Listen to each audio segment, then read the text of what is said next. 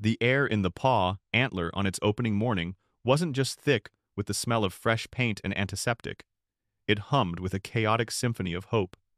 Eris Thorne, her brow already damp with sweat despite the early hour, paused for a split second amidst the organized pandemonium to just breathe it in. This ramshackle, mismatched, gloriously imperfect clinic was real. It was her entire world, poured out onto a refurbished concrete floor in a low-income, semi-industrial part of Oakhaven, a city that usually reserved its gleaming new ventures for the affluent suburbs. Outside, a line already snaked down the block, a testament to the desperate need she was trying to address. Anxious faces, clutching carriers, peered through the freshly cleaned windows, their expressions a mix of skepticism and desperate, fragile optimism. Inside, volunteers, mostly local college students, and retirees Eris had charmed with her vision, bustled around, trying to make sense of the second-hand equipment and the mountains of donated supplies. A nervous chihuahua yapped incessantly from its kennel in the intake area, its high-pitched complaints immediately soothed by a gentle-voiced volunteer.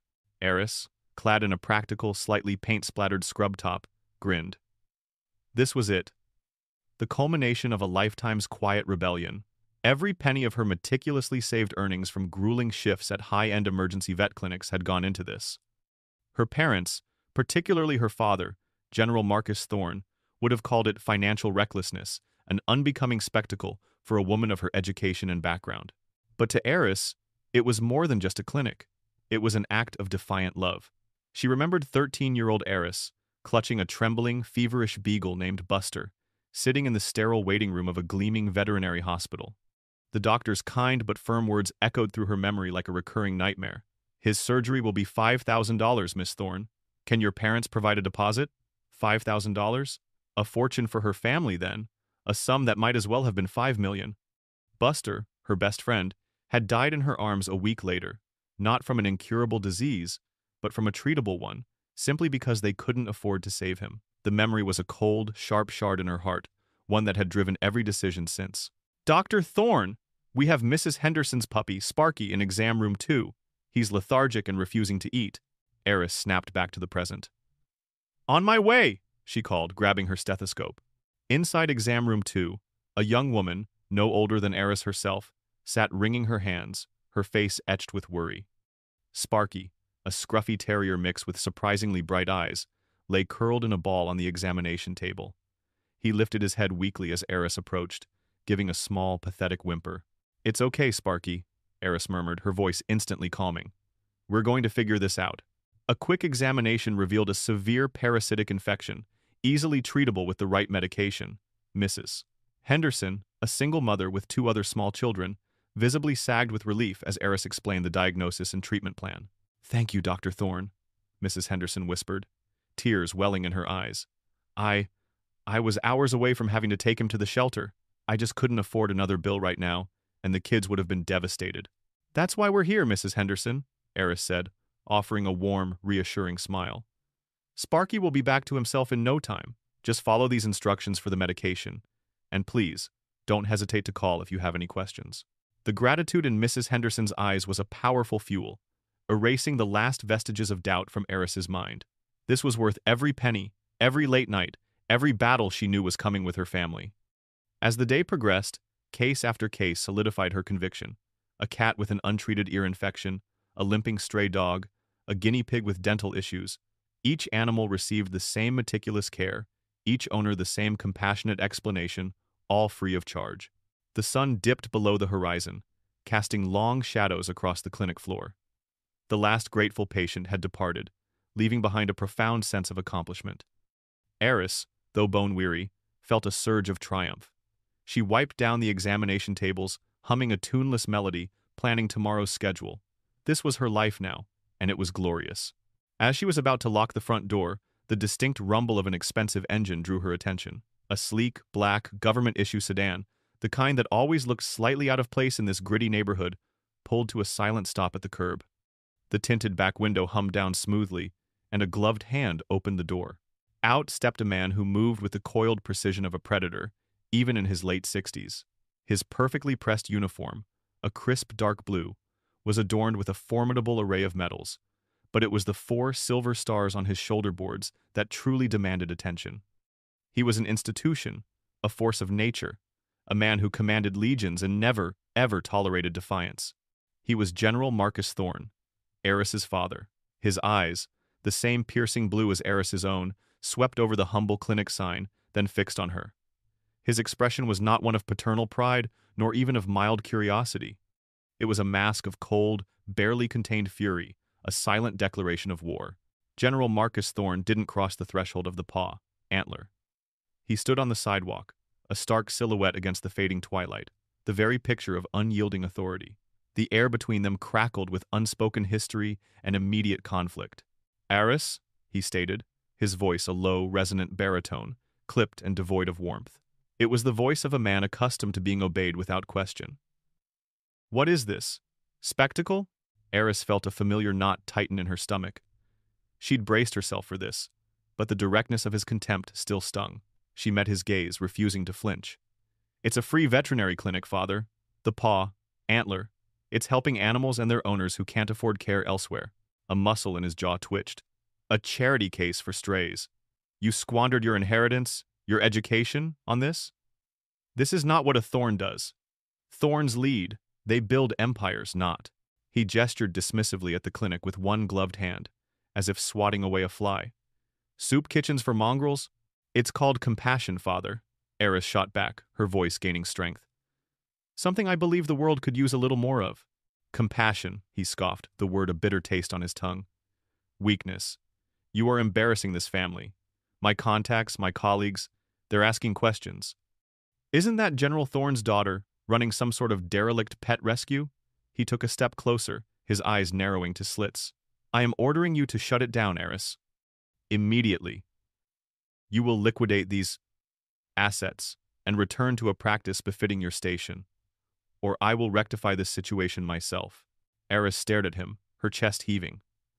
Rectify, that chilling word. She knew what it meant. It meant his boundless influence, his merciless efficiency, brought to bear against her small, hopeful endeavor. "You can't order me around anymore, Father," she said, her voice shaking slightly but holding firm. "I'm not a soldier in your command. This is my clinic, my life, and I will not shut it down. Not for you, not for anyone." The general's face hardened further, a mask of stone. "Then consider this a declaration, Eris. You will learn the hard way that a general's will is not to be defied." He turned on his heel, his staff car already idling. The door opened for him, and he slid inside without a backward glance. The car pulled away, leaving Eris alone in the gathering darkness, the silence ringing with the threat of his words. The next morning, the rectification began with ruthless efficiency. Eris had barely unlocked the doors when a stern-faced woman in a pristine white uniform, clutching a clipboard like a weapon, introduced herself as Inspector Brenda Wallace from the City Health Department. "Routine, unscheduled inspection, Dr. Thorne," she announced, her voice flat, devoid of pleasantries. But the glint in her eyes, the way she surveyed the clinic with an almost predatory air, told Eris this was anything but routine. The inspector proceeded with a meticulous, almost microscopic scrutiny that quickly devolved into outright antagonism. "This soap dispenser," Inspector Wallace declared, pointing to a standard, off-the-shelf unit in the staff bathroom, "is improperly labeled. Does not clearly state antibacterial hand soap in both English and Spanish." Eris blinked. "It's standard hospital-grade soap, Inspector, and the label is clearly visible." "Not to my standards," Wallace snapped. She moved on, finding fault with everything. "These floor tiles," she said, tapping a toe against a durable vinyl tile. "Unauthorized use of non-standard floor tile color. Beige is not an approved medical facility aesthetic." Eris fought to keep her temper in check. "Inspector, this building was previously an auto parts store. We got a waiver for the existing structure. The budget didn't allow for a full demolition and rebuild." "Waivers can be revoked," Wallace replied, making a vigorous note on her clipboard. She cited a dozen trivial, nonsensical violations. The exact angle of the fire extinguisher, the precise distance between 2 ceiling tiles, the inadequate size of the waiting room water bowl for larger breeds, despite a larger one being readily available. Each citation was accompanied by a deadline for compliance that was impossibly short, followed by the threat of hefty fines and, ultimately, closure. The frustration for Eris was immense. This wasn't about public health, it was about harassment, a thinly veiled attack orchestrated by her father. The inspector's smug, unwavering demeanor, her refusal to engage in any reasonable discussion, was infuriating. The audience would seethe alongside Eris, seeing the injustice of a good deed being punished by bureaucratic absurdity. Later that afternoon, Eris needed a specific medical reagent for a critical canine surgery scheduled the next day. Her usual supplier, oddly, hadn't returned her calls all morning. Suspecting foul play, she decided to go directly to a nearby high-end veterinary hospital, the Elysium Animal Center, a gleaming fortress of glass and steel that catered to the city's wealthiest pet owners. Dr. Alistair Finch, the impeccably dressed and condescending head veterinarian at Elysium, greeted her with a practiced, insincere smile.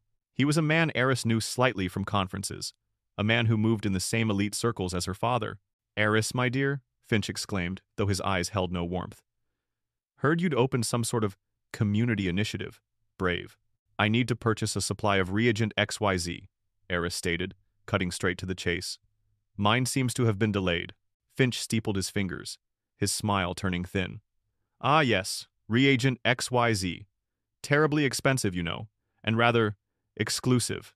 We only supply to practices of a certain caliber, practices that uphold the integrity of our profession. He paused, letting the implication hang in the air. Frankly, Eris, your little free clinic isn't just devaluing the noble art of veterinary medicine. It's frankly a bit embarrassing. One hears things, you know. Whispers from the general about unfortunate choices. Eris felt a surge of cold fury. You're refusing to sell me a necessary medical supply because my father doesn't approve of my clinic? Finch chuckled, a dry, humorless sound. My dear, I'm simply protecting the financial interests of the Elysium and upholding professional standards. Perhaps if you reconsidered your charitable endeavors, you'd find a more welcoming environment. He turned, dismissing her with a flick of his wrist.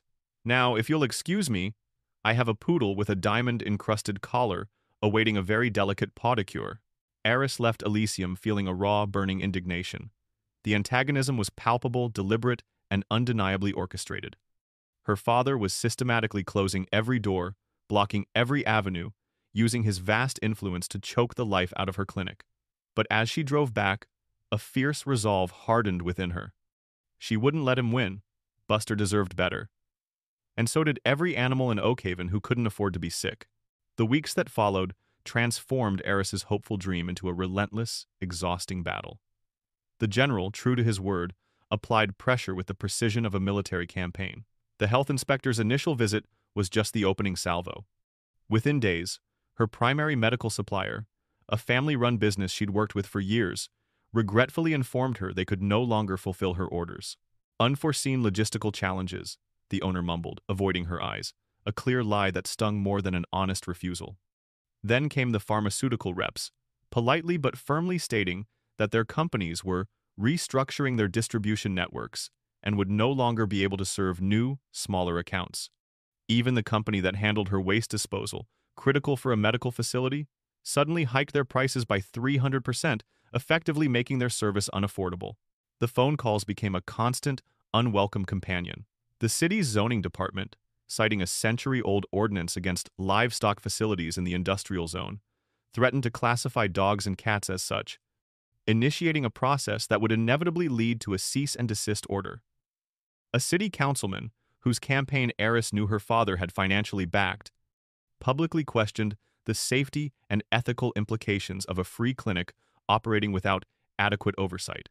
Each interaction was designed to be more infuriating than the last, 1,000 tiny cuts meant to bleed her dry. One particularly frustrating afternoon, Eris was trying to figure out how to sterilize surgical instruments without her usual autoclave solution, which had been among the first supplies cut off. She was attempting a makeshift but still sterile method when the bell above the door jingled. Officer Miller and Officer Davis stood in the doorway, their uniforms crisp, their faces neutral. "Dr. Thorne? We've received a complaint about incessant barking." Eris stared at them, incredulous. "Incessant barking? Officer, we just had one dog in the waiting room and he's not even barky." "And it's 2 p.m. Officer Miller, a younger man with kind eyes, gave a slight shrug. "Complaint filed, Dr. Thorne. Says it's a daily occurrence. Excessive noise, disturbing the peace." He scanned the quiet clinic. "Looks pretty peaceful to me." It's harassment, officer, Eris said, her voice tight with suppressed anger. This is another attempt by my father to shut me down. Officer Davis, older and more jaded, raised an eyebrow. Your father? General Thorne? The one and only. Davis sighed. Look, Dr. Thorne, we get a complaint. We have to respond. If we observe no violations, we file a report. But if we keep getting complaints, then it's a different story. You understand. Eris understood perfectly. It was a vicious cycle designed to wear her down.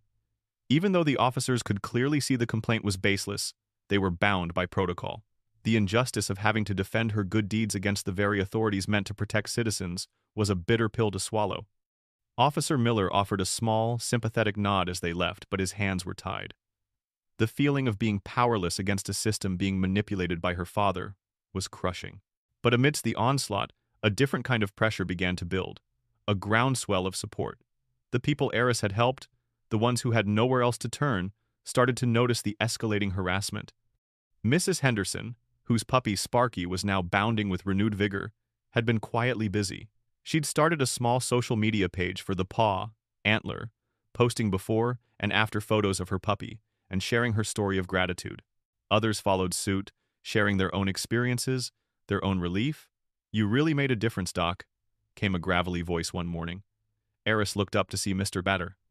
Silas Blackwood, a grizzled, elderly veteran with a distinguished service record, whose service dog, Patriot, Eris, had treated for a painful hip ailment free of charge. Patriot sat patiently by his side, a stoic German shepherd. Heard about all this trouble from that Hi-Hat City fella and your old man? Mr. Blackwood, a man of few words but immense presence, went on to explain. He had called up his network of fellow veterans in the area. We don't take kindly to folks messing with good people, especially when they're helping the least among us. Patriot, here's family. You saved him. Means you saved a piece of me. Suddenly, donations started trickling in. Not money mostly, but what people could spare. Bags of pet food, old blankets, unused medical supplies from retired nurses, even a slightly dented but functional old examination lamp from a local antique shop owner who admired Eris's grit. A group of local high school students, inspired by the social media buzz, offered to volunteer their weekends for cleaning and administrative tasks. These were small acts, but they were powerful. They were the human interest part of her story, fueling the inspirational side. They showed Eris that she wasn't alone, that the community truly valued what she was doing. It fortified her resolve, giving her the strength to push back against the relentless squeeze her father was putting on her. One day, a local blogger named Lena Morales, known for her investigative pieces on community issues, showed up. Dr. Thorne, she began, holding up her phone, which displayed Mrs. Henderson's social media page. I've been following this story. The surprise inspections, the supplier issues, the zoning threats. It all seems rather convenient. Mind if I spend some time here? I think there's a bigger story than just a free vet clinic trying to make ends meet. Eris, wary but desperate for any ally, agreed. Lena, a sharp, observant woman, quickly pieced together the pattern, her initial skepticism turning into righteous indignation. She began publishing short, impactful posts, detailing the bureaucratic absurdities and the escalating pressure on the paw Antler. Her posts, reaching a wider audience than Mrs. Henderson's page, started to draw more attention, more outrage. The visibility, however, also came with a price. It only seemed to infuriate General Thorne further. The attacks became more overt, less veiled. A formal cease and desist order arrived from the city, citing multiple, accumulated violations, giving her 72 hours to comply or face hefty fines and legal action. The utility company sent a letter threatening to disconnect her electricity due to unresolved billing discrepancies. Even though Eris had meticulously paid every bill on time, Eris found herself working 18-hour days, not just treating animals, but fighting a constant uphill battle against an unseen enemy. She was forced to drive hours out of state to purchase basic medical supplies from small, independent distributors willing to risk her father's wrath. She had to learn the intricacies of zoning laws, health codes, and legal loopholes, all while maintaining her cheerful demeanor for the worried pet owners who depended on her. One evening, exhausted, she leaned against the cool tile of an examination room, the weight of it all pressing down on her. Lena, who had been observing her quiet desperation, placed a hand on her shoulder. "He's trying to break you, Eris," she said softly. "He wants you to give up." Eris closed her eyes, picturing Buster so small and helpless in her arms. "I can't," she whispered, her voice fierce. "I won't, not when so many other Busters out there need me." The next morning, the local news vans, adorned with the logo of Oakhaven's largest and most conservative news station, were parked conspicuously outside the Paw, Antler. Eris felt a fresh wave of dread. She knew this wasn't going to be good. This was the general's next move, a public execution. The television flickered to life in the small break room of the Paw, Antler. Eris, along with Lena, Mrs. Henderson, Mr. Blackwood, and a few other dedicated volunteers, watched in stunned silence as the local news anchor, with a perfectly coiffed smile, began her report. "Concerns are mounting today over a controversial new establishment in Oakhaven's industrial district," she began, her tone grave. The screen cut to a grainy, unflattering shot of the Paw, Antler's exterior. "This free veterinary clinic, the Paw Antler, run by Dr. Eris Thorne, daughter of the esteemed General Marcus Thorne, has drawn criticism for its operating practices and potential lack of oversight." The report was a masterclass in slanted journalism. They interviewed Dr. Alistair Finch from the Elysium Animal Center, who, looking suitably concerned, opined, "While the sentiment of charity is noble, one must question the quality of care provided when financial resources are non-existent. Corners are often cut, and without proper regulatory oversight, what kind of risks are we exposing our beloved pets to?" His words dripped with condescension. They highlighted the zoning issues, the alleged noise complaints, the unresolved utility bills, all the carefully manufactured problems her father had orchestrated. They presented a snippet of a bewildered pet owner, taken out of context, to suggest she was confused about the clinic's unconventional practices. The word free was almost always accompanied by air quotes, implying something shady, something too good to be true, or simply worthless. The reporter, standing outside the Paw, Antler, concluded with a flourish, "Local authorities are reportedly investigating numerous complaints. Is Dr. Thorne's charity a genuine act of compassion, or a dangerous experiment putting Oakhaven's pets at risk?" When the segment ended, a heavy silence descended. Eris felt the blood drain from her face. This wasn't just an attack on her clinic, it was an attack on her professional integrity, on her character. It painted her as a reckless, incompetent amateur, a privileged dilettante dabbling in something she didn't understand. The rage bait was working, but it was baiting her. "That's disgusting," Lena finally said, her voice trembling with indignation. "They cherry-picked every detail, took everything out of context. This is pure character assassination." Mrs. Henderson, usually so mild-mannered, clenched her fists. "They didn't even mention how you saved Sparky. How many times have you helped people who had nowhere else to go?" But Eris was barely listening. She felt a profound wave of despair wash over her, cold and paralyzing. This was it. This was the breaking point. She had fought the bureaucracy, the suppliers, the police, the zoning department. She had pushed through the exhaustion, the financial strain, the constant anxiety. But this public humiliation, this deliberate smearing of her reputation, felt different. It was a wound to the very core of who she was, a direct assault on the principles she stood for. She thought of Buster again, his small, warm body growing cold in her arms. Had she been naive? Had her dream been foolish, destined to be crushed by the powerful forces she had dared to defy? She was running out of money, out of energy, out of options. The community support, while heartwarming, couldn't fight a rigged system, a media machine. Eris stumbled out of the break room, needing air. She walked through the clinic, seeing it through the general's eyes, through the lens of that news report. Mismatched furniture, a little worn around the edges, not the gleaming, sterile perfection of Elysium. A derelict pet rescue, as he'd called it. She sank onto a stool in an empty exam room, burying her face in her hands. The weight of the world, and her father's methodical, relentless cruelty, was crushing her. For the first time, she truly considered giving up, closing the doors, admitting defeat.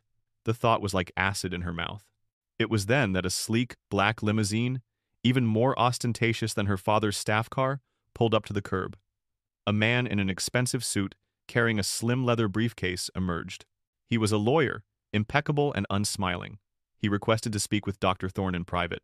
Eris, her mind still reeling from the news report, led him into her tiny office. The lawyer, Mr. Stern, sat opposite her, his expression impassive. He laid a thick document on her desk. "Dr. Thorne," he began, his voice smooth and professional. "My client, General Marcus Thorne, has authorized me to present you with a final offer, a resolution, if you will, to your current situation." Eris stared at the document, a premonition of dread chilling her to the bone. "What kind of resolution?" "A most generous one," Mr. Stern replied.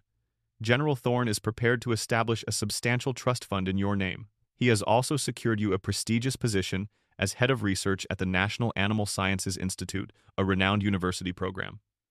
Your choice. Anything you desire, within reason, provided you accept one condition." Eris's eyes narrowed. "And that is?"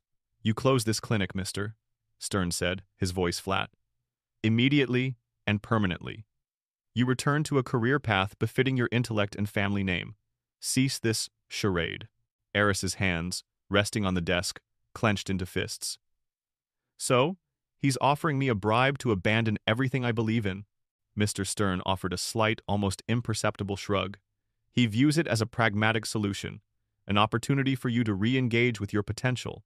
However," he continued, his tone hardening, "if you refuse this offer, General Thorne has instructed me to inform you of the alternative." He opened his briefcase, extracting another document, thinner but no less ominous. General Thorne, through his extensive connections with the Hawthorne Group, a prominent urban development corporation, has been instrumental in pushing for a significant urban renewal project in this area. A blight removal initiative, as it were. Eris's breath hitched. "What are you talking about?" "This entire block, Dr. Thorne," Mr. Stern said, tapping the document with a manicured finger, "has been designated for redevelopment.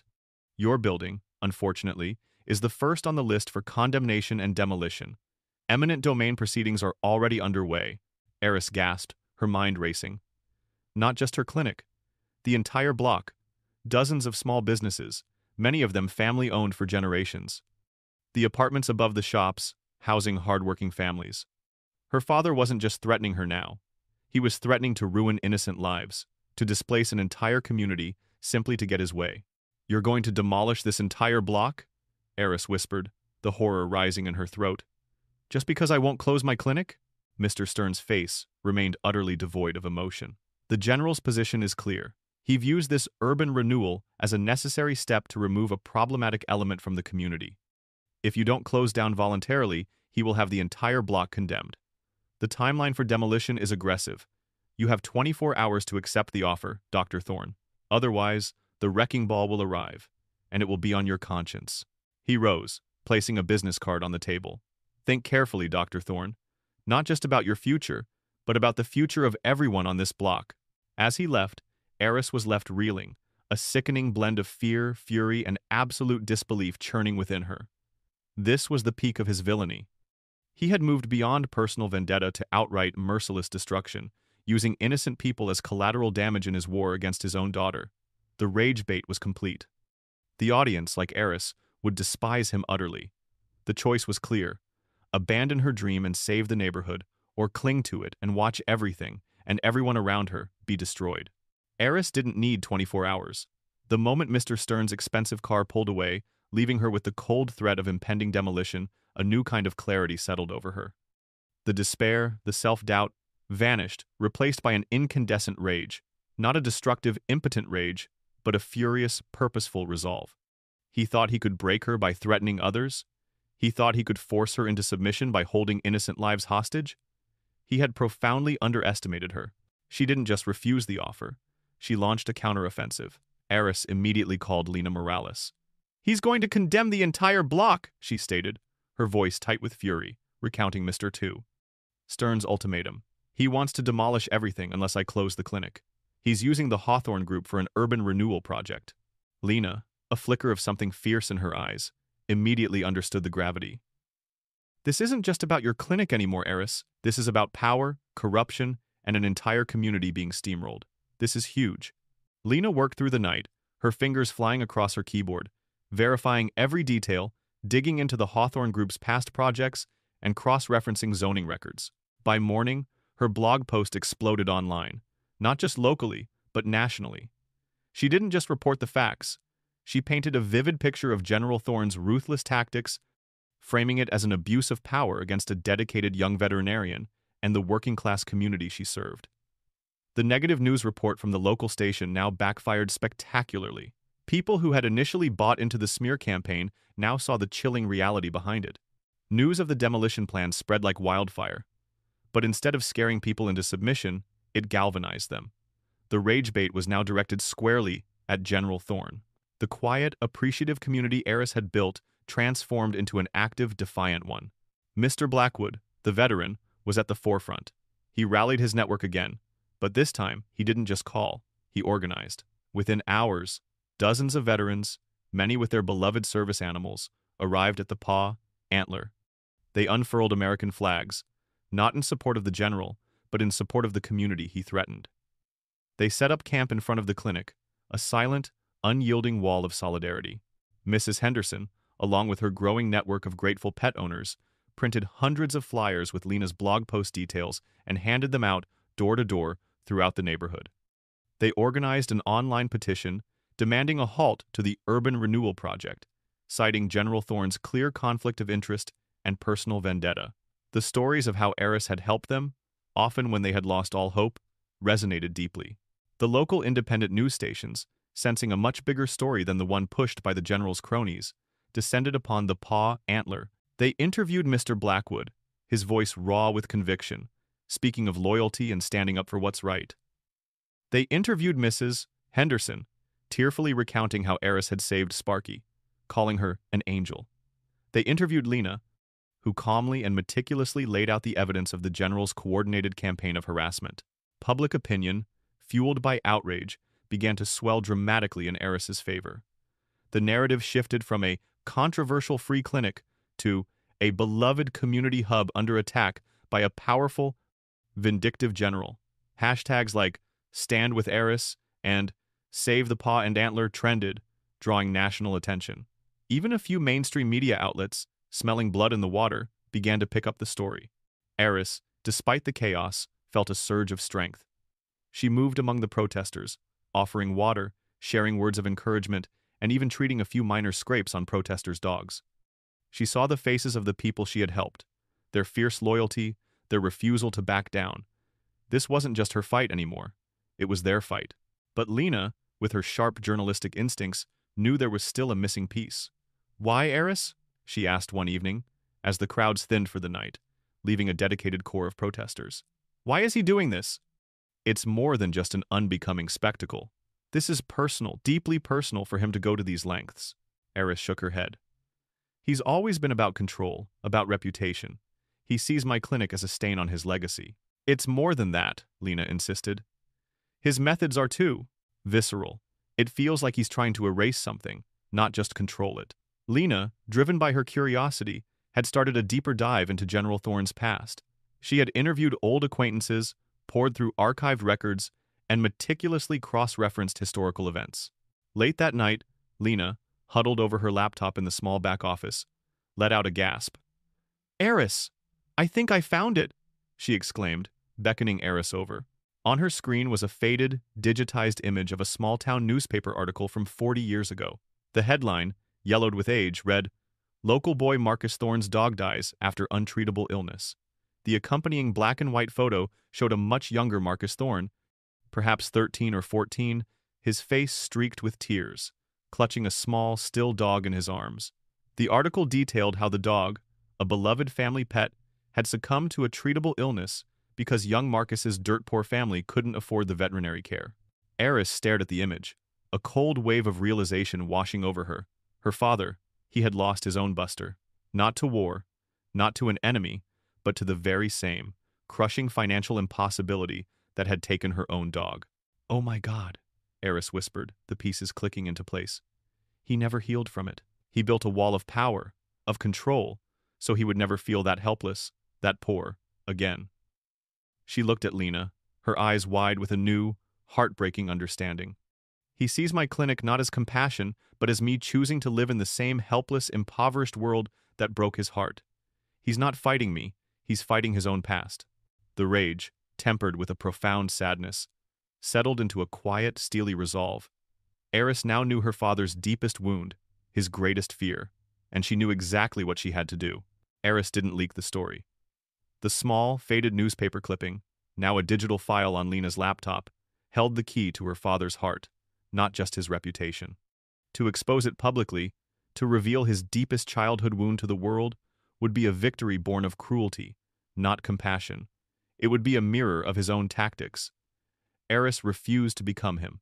Instead, she drove to her father's imposing estate. It was a fortress of wealth and power, a stark contrast to the humble clinic he so despised. The gates, usually manned by security, opened silently for her. She walked through the manicured gardens, up the sweeping driveway, to the massive oak doors that had always felt like a barrier rather than an entrance. The general was in his study, a cavernous room filled with leather-bound books, military awards, and the scent of old money. He looked up from his desk as she entered, his expression shifting from surprise to his usual mask of cold authority. He had clearly expected a different kind of visit, perhaps a surrender. "Eris," he said, his voice clipped. "Have you come to accept my offer?" Eris didn't answer directly. She walked to his massive desk and, without a word, placed a printout of the old newspaper clipping in front of him. The headline, "Local boy Marcus Thorne's dog dies after untreatable illness," starkly confronted him. Her father's eyes, usually so unyielding, widened almost imperceptibly as he read the headline. His gaze dropped to the accompanying photo. His younger self, a vulnerable, heartbroken boy, clutching a beloved, lost pet. The mask of the general fractured, just for a fleeting moment, revealing the raw, ancient pain beneath. Eris didn't yell. She didn't accuse. She spoke softly, her voice filled with a quiet, profound understanding. "I finally understand, Father. Buster. He wasn't just a dog, was he? He was everything." Her father said nothing, his eyes still fixed on the image, transported back to a different time, a different trauma. "You built all of this," Eris continued, gesturing around the opulent room. "This empire, this power, so you would never feel that helpless again, never feel that vulnerable, never feel that poor. And you saw me opening my clinic, a free clinic, as me stepping back into that helplessness, that poverty, that brokenness. You thought I was trying to relive your trauma." She paused, letting her words sink in. "But I'm not, Father. I'm fixing it. I'm building a world where no other child, no other family, has to go through what you did. What I did, with my own Buster. I'm making sure that money doesn't decide whether a family member lives or dies. I'm trying to heal the wound that broke your heart, all those years ago." General Thorne slowly, almost imperceptibly, reached out and touched the faded newspaper image. His hand trembled slightly. He didn't break down. He didn't apologize. He didn't even meet her gaze. He simply sat there, a powerful man reduced to a boy with a broken heart. He said nothing. The silence in the study was profound, heavy with unspoken decades of pain. Eris watched him for a long moment, a knot of old resentment finally loosening in her own chest. She had said what she needed to say. She had offered him not a defeat, but a path to redemption, a chance to acknowledge the source of his own, long-buried pain. She turned and walked out, leaving him alone with his past. The next day the news broke. Not of a scandal or a demolition, but of a surprising development. The Hawthorne Group announced, via a terse press release, that the urban renewal project for the industrial district had been indefinitely postponed due to unforeseen logistical challenges and extensive community feedback. The harassment stopped. The cease and desist order was withdrawn. The utility company suddenly found their billing discrepancies resolved. The paw, Antler, was safe. The final scene takes place a few months later. The paw, Antler, is thriving. The community, invigorated by their victory, continues to support it with donations of time, money, and supplies. The clinic is still humble, still mismatched, but it pulses with a renewed, vibrant energy. Lena Morales' blog has brought in a steady stream of volunteers and even a few grants from smaller, independent foundations. The line outside is longer than ever, but now the faces are filled with not just hope, but confidence. Eris, busy treating a kitten with a respiratory infection, looks up as a delivery truck pulls up. Boxes are unloaded. Cutting-edge medical equipment, state-of-the-art diagnostic tools, surgical instruments of a quality she could only dream of before. The accompanying packing slip is blank, no sender listed. Eris smiles, a knowing warmth spreading through her. She knows who it's from. She walks to the front window, gazing out at the bustling street, at the vibrant community that rallied around her. And for a fleeting moment, as a sleek, black, familiar car glides silently past down the street, she catches a glimpse of the stern profile of General Marcus Thorne. He doesn't look at her, doesn't acknowledge her. The car drives on, disappearing around the corner. He hasn't changed overnight, she knows. But he's given her, and the community, a different kind of peace. She has won, not by fighting his war, but by winning hers. A victory for compassion, for community, and for the healing of old wounds, both animal and human. The paw, Antler stands, a beacon of hope, a testament to what happens when a powerful will is met, not with force, but with fierce, unyielding love.